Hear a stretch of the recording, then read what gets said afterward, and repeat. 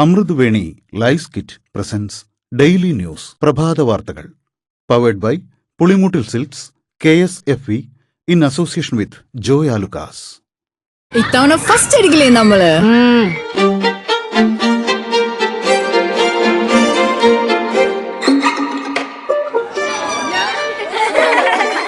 കുട്ടികൾക്കൊക്കെ പെയിൻ ശല്യം ഉണ്ടാകും. അതുകൊണ്ട് ലൈസ് കിറ്റ് ഉപയോഗിച്ച് ക്ലാസ്സിൽ വരാൻ പ്രത്യേക ശ്രദ്ധിക്കണം. Lice kit lice remover pain ശല്യത്തിൽ നിന്നും ഉടനടി ആശ്വാസം. നമസ്കാരം, ഞാൻ ഡെയ്സി ബിജു. ഡെയിലി ന്യൂസിന്റെ പ്രഭാത വാർത്തകളിലേക്ക് സ്വാഗതം. ഇന്ന് മെയ് 11 തിങ്കളാഴ്ച. തമിഴ്നാട്ടിൽ ദളപതി വിജയ് മുഖ്യമന്ത്രിയായി സത്യപ്രതിജ്ഞ ചെയ്തു. ഗവർണർ രാജേന്ദ്ര ആർലേക്കർ സത്യവാചകം ചൊല്ലിക്കൊടുത്തു. 9 മന്ത്രിമാരും സത്യപ്രതിജ്ഞ ചെയ്തു. 120 MLA-മാരുടെ പിന്തുണയോടെയാണ് വിജയ് മുഖ്യമന്ത്രിയാകുന്നത്. സത്യപ്രതിജ്ഞാ ചടങ്ങിൽ പ്രതിപക്ഷ നേതാവ് രാഹുൽ ഗാന്ധി അടക്കമുള്ള പ്രമുഖർ പങ്കെടുത്തു. സി ജോസഫ് വിജയ് എന്ന ഞാൻ എന്ന് തുടങ്ങിയ വിജയ് സത്യപ്രതിജ്ഞയുടെ ആദ്യ ഭാഗം പേപ്പറിൽ നോക്കാതെയാണ് ചൊല്ലിയത്. ആണ്ടവൻ മീതെ ആണയിട്ടായിരുന്നു സത്യപ്രതിജ്ഞ. കോതമംഗലത്ത് വടാട്ടുപാറ പലവൻപടി പുഴയിൽ ഒഴുക്കിൽപ്പെട്ട് 3 വിദ്യാർത്ഥികൾ മരിച്ചു. തിരുവല്ല സ്വദേശി ബിയോൺ, തിരുവനന്തപുരം സ്വദേശി ഹരീഷ്, കോട്ടയം സ്വദേശി അതുൽ എന്നിവരാണ് മരിച്ചത്. കോതമംഗലം ബസേലിയോസ് ഡെന്റൽ കോളേജിലെ വിദ്യാർത്ഥികളായിരുന്നു ഇവർ.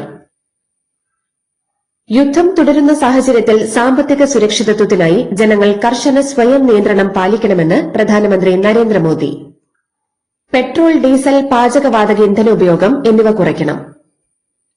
സ്വകാര്യ വാഹനങ്ങൾ ഒഴിവാക്കി പൊതുവാഹനങ്ങൾ ഉപയോഗിക്കണം. സ്വർണമടക്കം വിദേശത്തു നിന്നുള്ള ഉൽപ്പന്നങ്ങൾ വാങ്ങുന്നതും വിദേശ യാത്രകളും കുറയ്ക്കണം. കോവിഡ് കാലത്തിന് സമാനമായ ജാഗ്രത വേണമെന്നും അദ്ദേഹം ആഹ്വാനം ചെയ്തു. തെരഞ്ഞെടുപ്പ് ഫലം വന്ന് ഒരാഴ്ചയായിട്ടും മുഖ്യമന്ത്രി കാര്യത്തിൽ തീരുമാനമെടുക്കാനാകാതെ കോൺഗ്രസ്. VD സതീശന് അനുകൂലമായ ജനവികാരം ആറി തണുത്ത ശേഷം മുഖ്യമന്ത്രിയെ പ്രഖ്യാപിക്കാൻ കാത്തിരിക്കുകയാണ് ഹൈക്കമാൻഡെന്ന് സൂചന. ഇതേസമയം MLA-മാർക്കിടയിൽ ഭൂരിപക്ഷമുണ്ടാക്കാൻ ശ്രമിച്ചിട്ടില്ലെന്നും എല്ലാ MLA-മാരുടെയും വിജയം ഉറപ്പാക്കാനാണ് ശ്രമിച്ചതെന്നും VD സതീശൻ പറഞ്ഞു. രാഹുൽ ഗാന്ധിയും KC വേണുഗോപാലും രഹസ്യ കൂടിക്കാഴ്ച നടത്തിയെന്ന വാർത്തയെക്കുറിച്ച് അറിയില്ലെന്ന് രമേശ് ചെന്നിത്തല. ഡൽഹിയിലെ ഹൈക്കമാൻഡ് ചർച്ചയ്ക്ക് മുൻപ് കൂടിക്കാഴ്ച നടന്നെന്നാണ് വാർത്തയുണ്ടായിരുന്നത്. ഹൈക്കമാൻഡിന്റെ തീരുമാനം അംഗീകരിക്കുമെന്നും അച്ചടക്കമുള്ള പാർട്ടി പ്രവർത്തകനാണ് താനെന്നും രമേശ് ചെന്നിത്തല പറഞ്ഞു.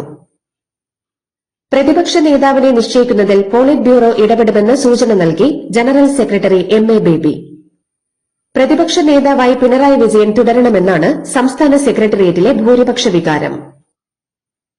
പ്രതിപക്ഷ ഉപനേതാവ് പദവി CPIക്ക് വേണമെന്ന് ആവർത്തിച്ച് CPI സംസ്ഥാന സെക്രട്ടറി ബിനോയ് വിശ്വം. CPM സാങ്കേതിക കാരണങ്ങളാണ് പറയുന്നതെന്നും ചിലത് മാറണമെന്നും പ്രതിപക്ഷ നേതാവ് ആരാണെന്ന് CPM തീരുമാനിക്കുമെന്നും ബിനോയ് വിശ്വം.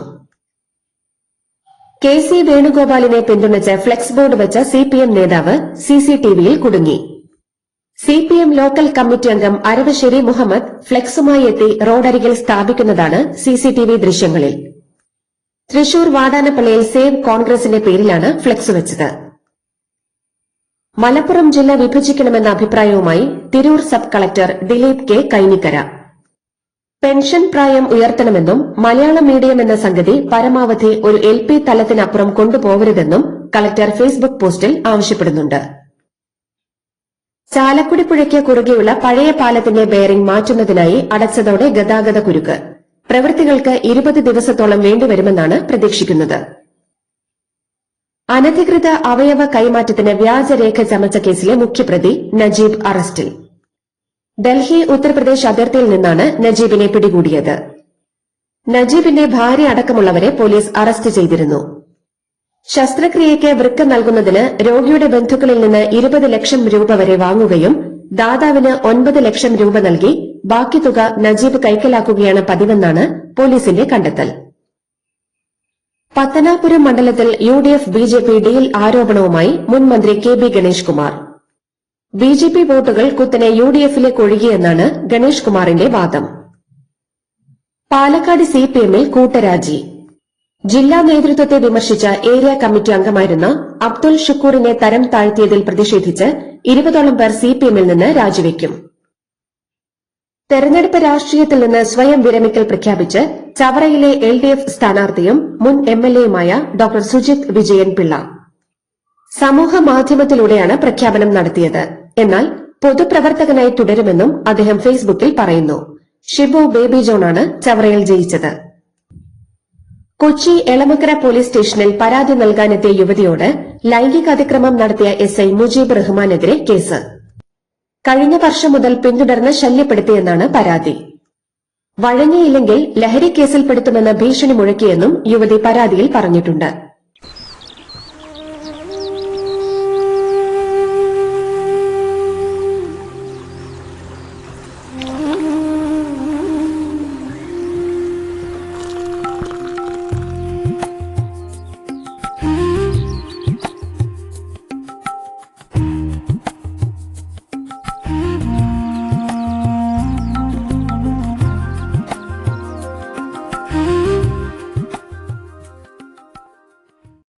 സർക്കാരുണ്ടാക്കാൻ പിന്തുണച്ചവർക്ക് നന്ദി പറഞ്ഞ് തമിഴ്നാട് മുഖ്യമന്ത്രി സി ജോസഫ് വിജയ്.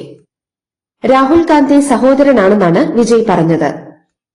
കോൺഗ്രസ് ദേശീയ അധ്യക്ഷൻ Mallikarjun Kharge, AICC general secretary KC Venugopal, പിന്തുണ നൽകിയ CPM, CPI, VCK, മുസ്ലിം ലീഗ് എന്നീ പാർട്ടികളുടെ നേതാക്കളുടെ പേരെടുത്ത് പറഞ്ഞും വിജയ് നന്ദി അറിയിച്ചു. താൻ വിശപ്പിന്റെ വില അറിയുന്നവനാണെന്നും ജനങ്ങളുടെ ചില്ലിക്കാശ് പോലും കൈകൊണ്ട് തൊടില്ലെന്നും തമിഴ്നാട് മുഖ്യമന്ത്രി വിജയ്. സത്യപ്രതിജ്ഞ ചെയ്ത ശേഷം സിനിമാ സ്റ്റൈലിൽ നടത്തിയ പഞ്ചപ്രസംഗം ജനം ഹർഷാരവങ്ങളോടെയാണ് സ്വീകരിച്ചത്. ജീവിതത്തിലെ പ്രതിസന്ധി ഘട്ടങ്ങളെ അതിജീവിച്ചാണ് ഇവിടം വരെ എത്തിയത്. ജനങ്ങൾക്കൊപ്പം ഉണ്ടാകുമെന്നും വിജയ് പ്രഖ്യാപിച്ചു. തമിഴ്നാട് മുഖ്യമന്ത്രിയായി അധികാരമേറ്റ വിജയ് ആദ്യം ഒപ്പിട്ടത് ഗാർഹിക ഉപഭോക്താക്കൾക്ക് 200 യൂണിറ്റ് വരെ സൌജന്യ വൈദ്യുതി നൽകാനുള്ള ഫയലിൽ. സ്ത്രീകളുടെ സുരക്ഷയ്ക്കായി പ്രത്യേക സേന രൂപീകരിക്കാനും അദ്ദേഹം ഉത്തരവിട്ടു.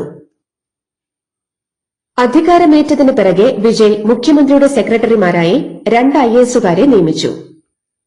മുഖ്യമന്ത്രിയുടെ അഡീഷണൽ ചീഫ് സെക്രട്ടറിയായി doctor P. Senthilkumar IAS, G. Lakshmipriya IAS എന്നിവരെയാണ് നിയമിച്ചത്. 2021 മുതൽ 2026 വരെ തമിഴ്നാടിന്റെ സാമ്പത്തിക നിലയെക്കുറിച്ച് തന്റെ സർക്കാർ ധവളപത്രം പുറത്തിറക്കുമെന്ന് വിജയ്. DMK സർക്കാർ സംസ്ഥാനത്തെ 10 ലക്ഷം കോടി രൂപയുടെ കടക്കെണിയിലാക്കിയെന്നും വിജയ്. ഖജനാവിൽ പണമുണ്ടെന്ന് DMK നേതാവ് സ്റ്റാലിൻ.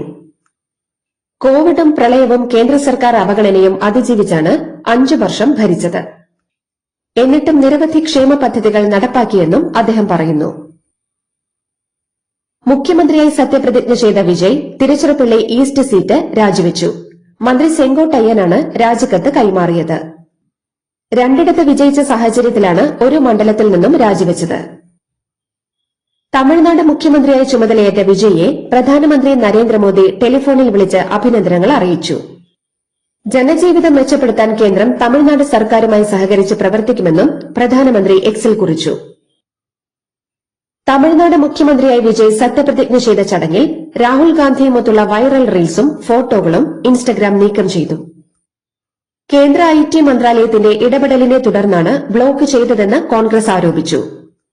എന്നാൽ അത് ഇൻസ്റ്റഗ്രാമിന്റെ സാങ്കേതിക പിഴവാണെന്ന് മന്ത്രാലയം വ്യക്തമാക്കി. വിജയുടെ ഓഫീസിൽ CN അണ്ണാദുരൈയുടെ ചിത്രം മാത്രം. അണ്ണാദുരൈയെക്കുറിച്ച് വിജയ് പ്രസംഗിച്ചിരുന്നത് DMK, AIADMK പാർട്ടികളെ ചൊടിപ്പിച്ചിരുന്നു. അണ്ണാദുരൈ ആരുടെയും സ്വത്തല്ലെന്നും മുഴുവൻ തമിഴ്നാടിന്റെയുമാണെന്ന് വിജയ് മറുപടി നൽകിയിരുന്നു. വിജയിന്റെ സത്യപ്രതിജ്ഞാ ചടങ്ങിൽ തമിഴ് തായ് വാഴ്ത്ത് ആദ്യം ആലപിക്കാതെ വന്ദേമാതരം ആദ്യം ആലപിച്ചതിനെതിരെ പ്രതിഷേധവുമായി DMKയും CPIയും. തമിഴ് തായ് വാഴ്ത്ത് മൂന്നാമതായാണ് ആലപിച്ചതെന്ന് CPI കുറ്റപ്പെടുത്തി. TVK അധ്യക്ഷനും സൂപ്പർ താരവുമായ C. ജോസഫ് വിജയ് തമിഴ്നാട് മുഖ്യമന്ത്രിയായി സത്യപ്രതിജ്ഞ ചെയ്ത ചെന്നൈ നെഹ്റു സ്റ്റേഡിയത്തിൽ സിനിമാ താരം തൃഷ അടക്കം സിനിമാ താരങ്ങളും. വിജയും തൃഷയും തമ്മിൽ ബന്ധമുണ്ടെന്ന തരത്തിലുള്ള പ്രചാരണങ്ങൾക്കിടെ അമ്മ ഉമാകൃഷ്ണനൊപ്പമാണ് തൃഷ എത്തിയത്. തമിഴ്നാട്ടിൽ DMK നിയമസഭാ കക്ഷി നേതാവായി ഉദയനിധി സ്റ്റാലിനെ തെരഞ്ഞെടുത്തു. 30 വർഷത്തോളം കൂടെ നിന്ന DMKയെ കോൺഗ്രസ് ഒറ്റിക്കൊടുത്തെന്ന് പ്രധാനമന്ത്രി നരേന്ദ്രമോദി. അധികാരത്തോടുള്ള അത്യാർത്തി മൂലം കോൺഗ്രസ് DMKയെ പിന്നിൽ നിന്ന് കുത്തിയെന്നും മോദി വിമർശിച്ചു. ആസാമിൽ BJP നിയമസഭാ കക്ഷി നേതാവായി ഹിമന്ത ബിശ്വ ശർമ്മയെ വീണ്ടും തെരഞ്ഞെടുത്തു. സത്യപ്രതിജ്ഞ നാളെ നടക്കും. കേന്ദ്ര നിരീക്ഷകരായ JP നദ്ദ, നായാബ് സിംഗ് സെയ്നി എന്നിവരുടെ സാന്നിധ്യത്തിലായിരുന്നു നിയമസഭാ കക്ഷിയോഗം. കർണാടകയിലെ ചാമരാജനഗറിൽ മലൈ മഹദേശ്വര കുന്നുകളിലേക്ക് തീർത്ഥാടനത്തിന് പോയ സംഘത്തിലെ ഒരു കുട്ടിയെ പുള്ളിപ്പുലി കടിച്ചു കൊണ്ടുപോയി കൊന്നു. ബംഗളൂരു ലഗരെ സ്വദേശിയായ ഹർഷിത് എന്ന കുട്ടിയാണ് മരിച്ചത്. കുടുംബത്തിലെ 10ഓളം പേർക്കൊപ്പം മഹദേശ്വര ക്ഷേത്രത്തിൽ നിന്ന് നാഗമലയിലേക്ക് കാൽനടയായി പോകുമ്പോഴായിരുന്നു സംഭവം. കർണാടകത്തിലെ മുതിർന്ന കോൺഗ്രസ് നേതാവും മന്ത്രിയുമായ ഡി സുധാകർ അന്തരിച്ചു. 66 വയസ്സായിരുന്നു. ബംഗളൂരുവിൽ പ്രധാനമന്ത്രി നരേന്ദ്രമോദിയുടെ വാഹനവ്യൂഹം കടന്നുപോകാനിരുന്ന വഴിയിൽ സുരക്ഷാ വീഴ്ച. കഗലിപുരയിലെ താത്തകുനിക്ക് സമീപത്ത് പാതയുടെ സമീപത്ത് 2 ജലാറ്റിൻ സ്റ്റിക്കുകൾ കണ്ടെത്തി. ആർട്ട് ഓഫ് ലിവിംഗിന്റെ 45ാം വാർഷികാഘോഷത്തിലും സ്ഥാപകൻ ശ്രീ ശ്രീ രവിശങ്കറിന്റെ 70ാം പിറന്നാൾ ആഘോഷത്തിലും പങ്കെടുക്കാനാണ് മോദി ബംഗളൂരുവിലെത്തിയത്. ആസാമിൽ കോൺഗ്രസിനുണ്ടായ തെരഞ്ഞെടുപ്പ് പരാജയത്തിന്റെ പൂർണ്ണ ഉത്തരവാദിത്വം ഏറ്റെടുക്കുന്നതായി ഗൌരവ് ഗൊഗോയ് വ്യക്തമാക്കി. ഗൌരവ് ഗൊഗോയ് ജോർഹട്ടിൽ 23,182 വോട്ടിന് വമ്പൻ പരാജയം ഏറ്റുവാങ്ങിയിരുന്നു. ബിജെപി 99 സീറ്റ് നേടിയപ്പോൾ കോൺഗ്രസ് 23 സീറ്റുകളിൽ ഒതുങ്ങിയിരുന്നു.